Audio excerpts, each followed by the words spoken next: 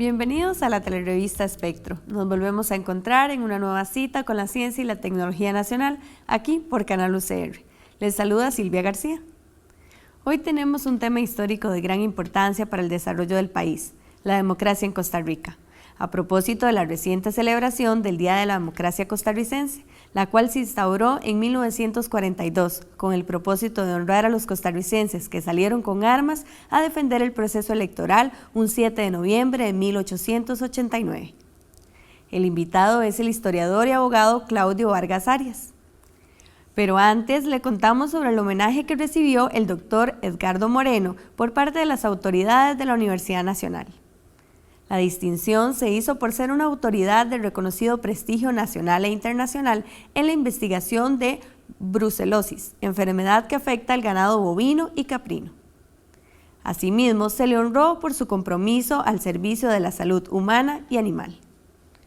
Este programa de divulgación de la ciencia y el canal universitario envía una felicitación al doctor Edgardo Moreno. Ahora sí, ya está el invitado con la productora y periodista Alejandra Fernández. Los dejamos con ellos. Gracias, Silvia. Continuamos por el camino de la ciencia y la tecnología aquí por Canal 15 UCR. Bueno, y precisamente para hablar de este tema que mis compañeros habían hecho la introducción, tenemos a bienvenido Claudio Vargas Arias por estar con nosotros. Él tiene una experiencia en investigación considerable en la parte de historia. Es investigador de diversos proyectos relacionados con historia de Costa Rica, historia política de Costa Rica durante el periodo liberal, que es uno que nos va a servir de base para hablar de la democracia en patrimonio histórico arquitectónico de Costa Rica, pero algo muy importante es que es el actual coordinador de la Cátedra de Historia de las Instituciones, y aquí la gente que ha pasado por la Universidad de Costa Rica hemos tenido que llevar historia de las instituciones en casi todas las carreras de esta institución, porque es la base para conocer la historia y conocer lo que son las instituciones que nos han dado este Estado costarricense. Un gusto realmente volverlo a decir, que esté con nosotros Claudio Vargas.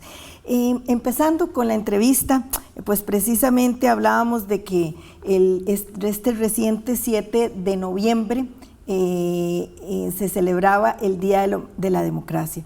¿Cuántos años verdaderos tenemos de democracia? Que antes de iniciar esta entrevista hablábamos de eso en algún momento dado, que no sabíamos si 130 años o cuántos eran los años que estamos celebrando después de ese histórico hecho de 1889. Bueno, Alejandra, muchas gracias por la invitación. En realidad yo no me atrevería a ponerle una fecha. ¿Por qué? Bueno, porque la historia hoy más bien analiza procesos.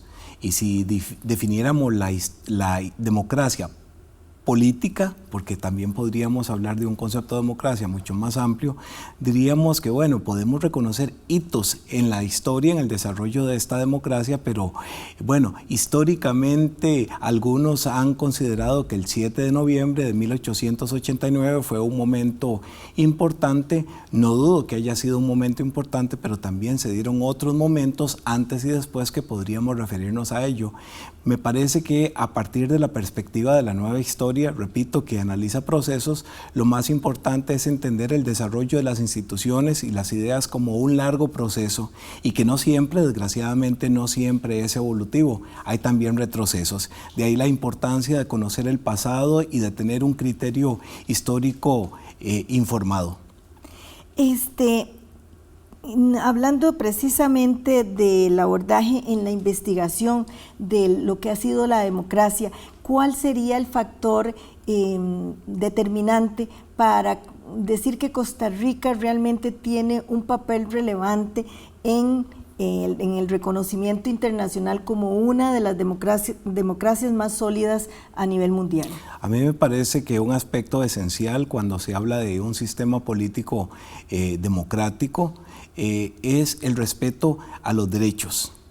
precisamente y a propósito de que, bueno, se está conmemorando un aniversario más de la gesta del 7 de noviembre de 1889, hay momentos también importantes como por ejemplo la misma Constitución Política de 1949 que precisamente un 7 de noviembre entró en vigencia.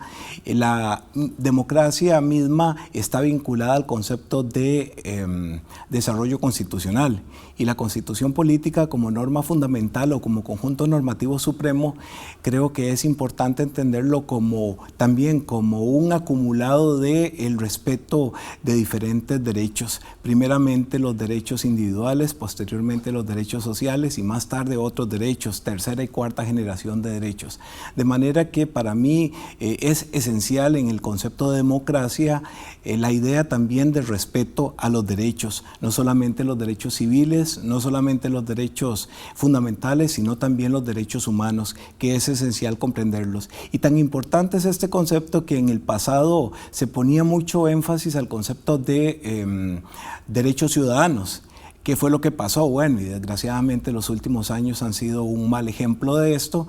Muchas veces el reconocimiento de los derechos a las personas que catalogan como ciudadanos también es excluyente para aquellas personas que no son ciudadanos. De tal forma que nosotros estamos con mucho cuidado de señalar únicamente el concepto de ciudadanía si se entiende como el ejercicio de los derechos políticos y tenemos que tener en cuenta entonces el ejercicio de derechos que son inherentes a todas las personas. Y eso con es esa lo que población de migrantes tan grande que tenemos. Por ejemplo, y bueno, y los Estados Unidos es también un lamentable ejemplo de esto, cuando las políticas también xenofóbicas fortalecen, dizque los derechos de los ciudadanos y a la postre lo que hacen es más bien excluir a grandes cantidades de personas que por una situación política concreta pues no comparten esa condición política. Esa etapa de la cual usted es gran conocedor, de 1870 a 1890, en donde pasan una serie de acontecimientos relevantes y uno se dedica a estudiar esa parte, es riquísima. ¿Y en qué se puede parecer y representar en este momento de la historia democrática que vive el país? Bueno, es una pregunta bastante difícil de contestar, pero efectivamente podemos reconocer que fue una época de transición donde hubo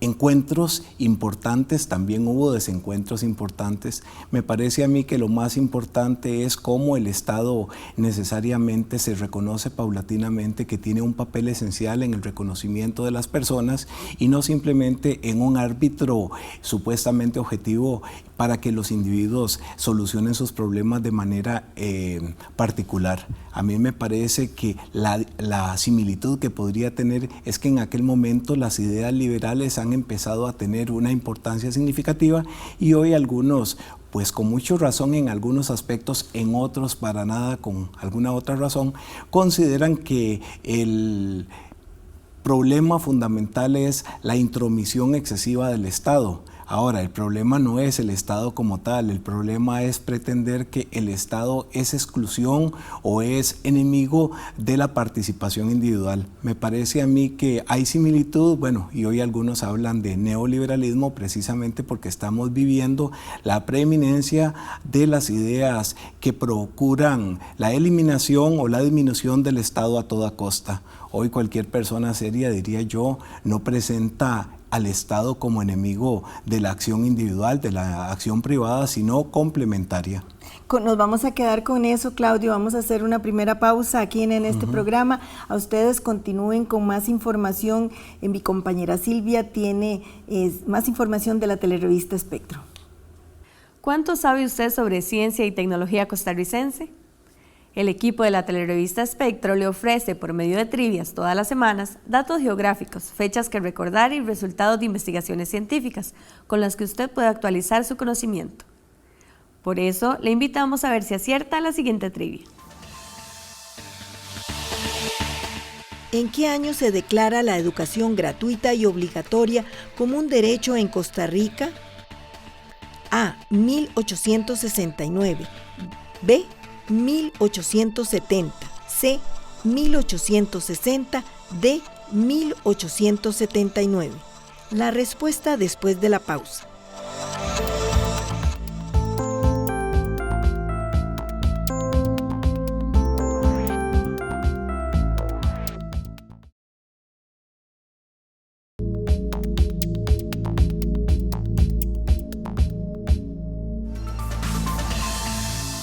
Fue durante la administración de Jesús Jiménez Zamora que se incorpora a la Carta Fundamental la enseñanza primaria de ambos sexos obligatoria, gratuita y costeada por el Estado.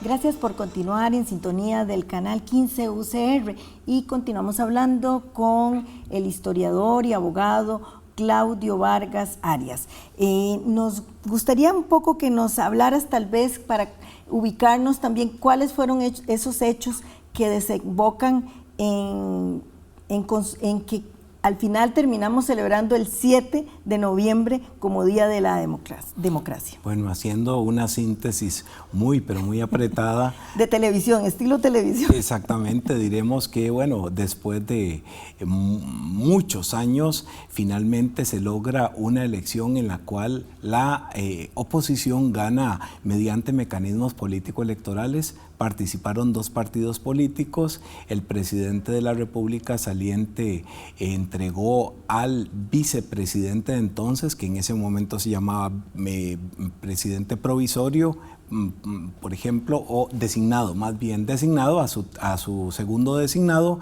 la presidencia. Entonces la oposición vio esto como un signo de que se iba a continuar con una dinámica que de por sí era muy usual, que el oficialismo beneficiaba pues a su candidato. Así las cosas, entonces el partido contrario, que era el Partido Republicano Constitucional, se organizó y logró que la sociedad, los votantes, algunas personas pues sitiaran la ciudad y se respetara finalmente la voluntad del sufragio en una primera ronda, porque también hay que recordar que el sufragio ha experimentado diversas etapas. En aquel momento, durante el siglo XIX, el voto fue indirecto, inclusive hasta de 3 grados, si se quiere, es decir, los votantes elegían a representantes, los representantes elegían a otros representantes y finalmente los representantes eran quienes elegían a las autoridades, de manera que no era lo mismo votar que elegir. Tampoco el voto era secreto, el voto llegó a ser secreto hasta 1925, el voto llegó a ser directo a partir de 1913. Lo importante, repito, es que en aquel momento, si se quiere conmemorar esa fecha, el oficialismo tuvo que respetar la llegada al poder de un partido de oposición, respetando, reitero, los mecanismos político-electorales, porque hubo una gran presión de los votantes para que se respetara esa voluntad. Bueno, en realidad lo hemos visto también en elecciones recientes donde a veces no hay esa conformidad de lo que en las últimas 2 elecciones ha habido una confrontación bastante grande, y aquí es donde yo quisiera también que tocáramos el tema de la iglesia. En ese periodo del siglo XIX se vivía un panorama bastante polémico, conflictivo, porque en ese momento las ideas liberales querían desvincular a la iglesia del poder que había ejercido hasta el momento. Bueno, efectivamente, en aquel momento se podía hablar de la iglesia porque fundamentalmente era la iglesia católica. Hoy el tema son las iglesias. En lo esencial es que los liberales son laicos, no son ateos, y eso es importante, a pesar de que la literatura y los discursos de su época presentaban al liberalismo como un enemigo de la iglesia, y efectivamente lo era. Hay que recordar todo el papel que jugó en el proceso de colonización y de conquista, caro a los intereses del modelo colonial. La Iglesia Católica fue un brazo que articuló la hegemonía pues del modelo español.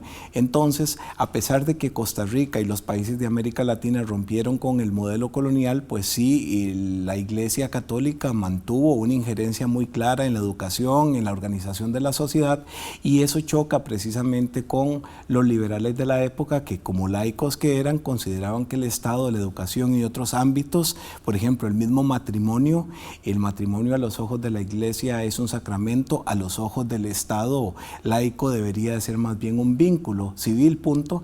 Le decía, a los ojos de la Iglesia, pues todos los cambios que se están dando son contrarios a sus intereses, de manera que ahí se aprovecha la coyuntura de que el partido de oposición está aspirando a llegar al poder y la Iglesia consideraba que al ser este partido enemigo del Partido Liberal, pues se le iba a devolver, casi cito literalmente, como decía Bernardo Augusto Til, el obispo de entonces, se les iba a devolver lo que se les había quitado. Pero bueno, al final de cuentas, también quienes celebran el centenario o el aniversario, el nacimiento de la democracia, olvidan que el mismo José Joaquín Rodríguez, el señor presidente que llegó por mecanismos político-electorales, 2 años después se convirtió en un dictador.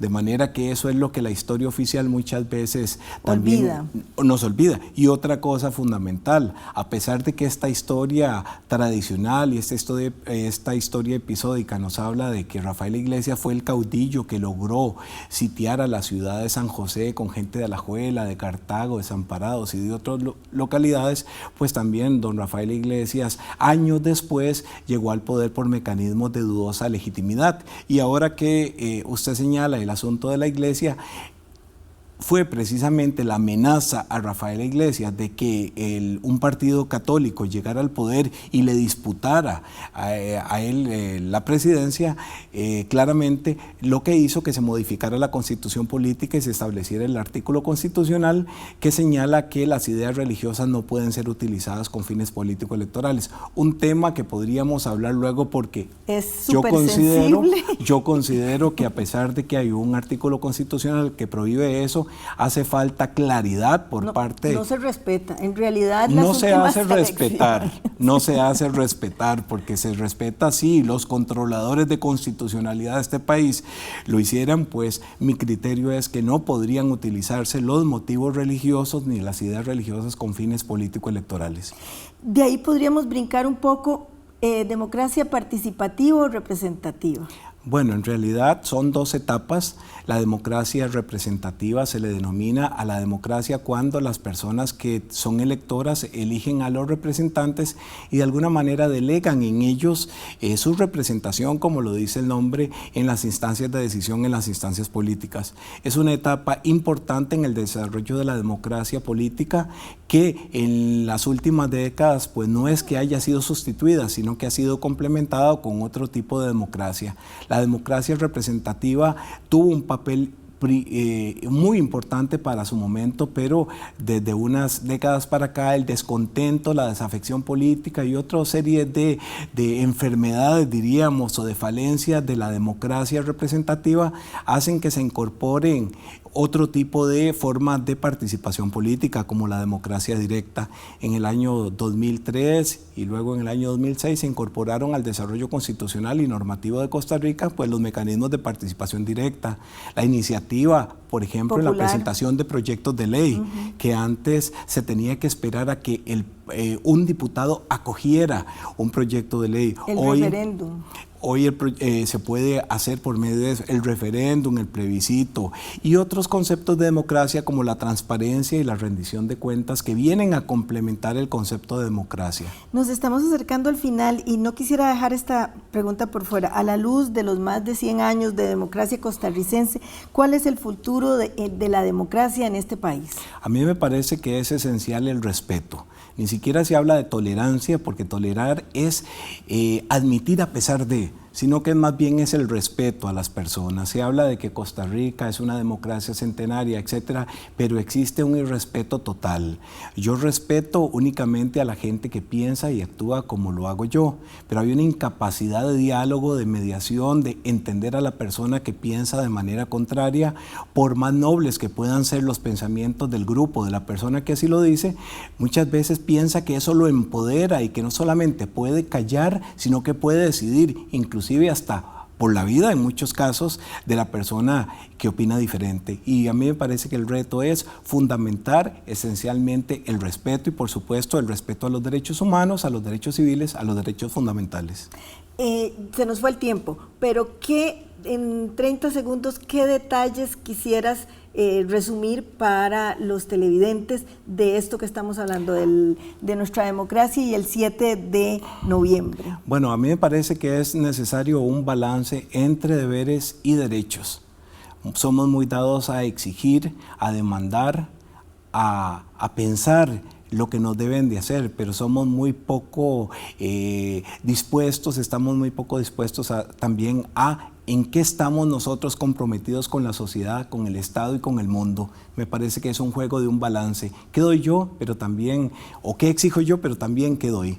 Con esto nos vamos, Claudio. Podríamos hablar horas de horas, porque tiene mucha información, pero nos quedamos ahí para en otro momento lo vamos a invitar para que hablemos más en este momento que se acercan las elecciones municipales y mucha tinta en el papel ha quedado para poder conversar. Gracias de nuevo. Encantado. Y los dejo con Silvia, que tiene más información de la telerevista Espectro. La telerevista Espectro ha producido cientos de videos con temas sobre ciencia y tecnología nacional. Una gran parte se encuentra en Internet.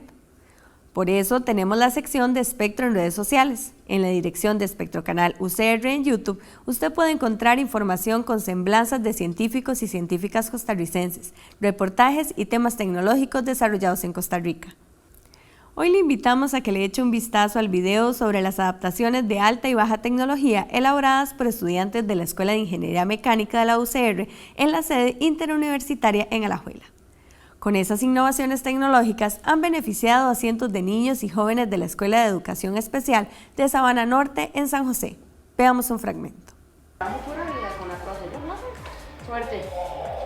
Anthony tiene una condición motriz, parálisis cerebral, ¿verdad? Y dentro de la parálisis hay muchas variedades, sin embargo el tono de él es un chico que requiere apoyo humano de 2 o 3 personas para posicionarlo, para poder trabajar, para comunicar. Anthony representa a cientos de niños y jóvenes de la Escuela de Educación Especial, ubicada en Sabana Norte, en San José, que se han beneficiado de las adaptaciones de baja y alta tecnologías que implementan los estudiantes de la Escuela de Ingeniería Mecánica de la UCR, en la sede interuniversitaria en Alajuela. En primera instancia, los jóvenes universitarios realizaron productos de apoyo de baja tecnología como son un sobre de mesa que pueda sostener sus brazos, las férulas, eso se reemplaza por el apoyo humano, entonces es menos personas apoyándole, fomentando más su autonomía, él siendo más independiente, ¿verdad? Una relación un poco más regular.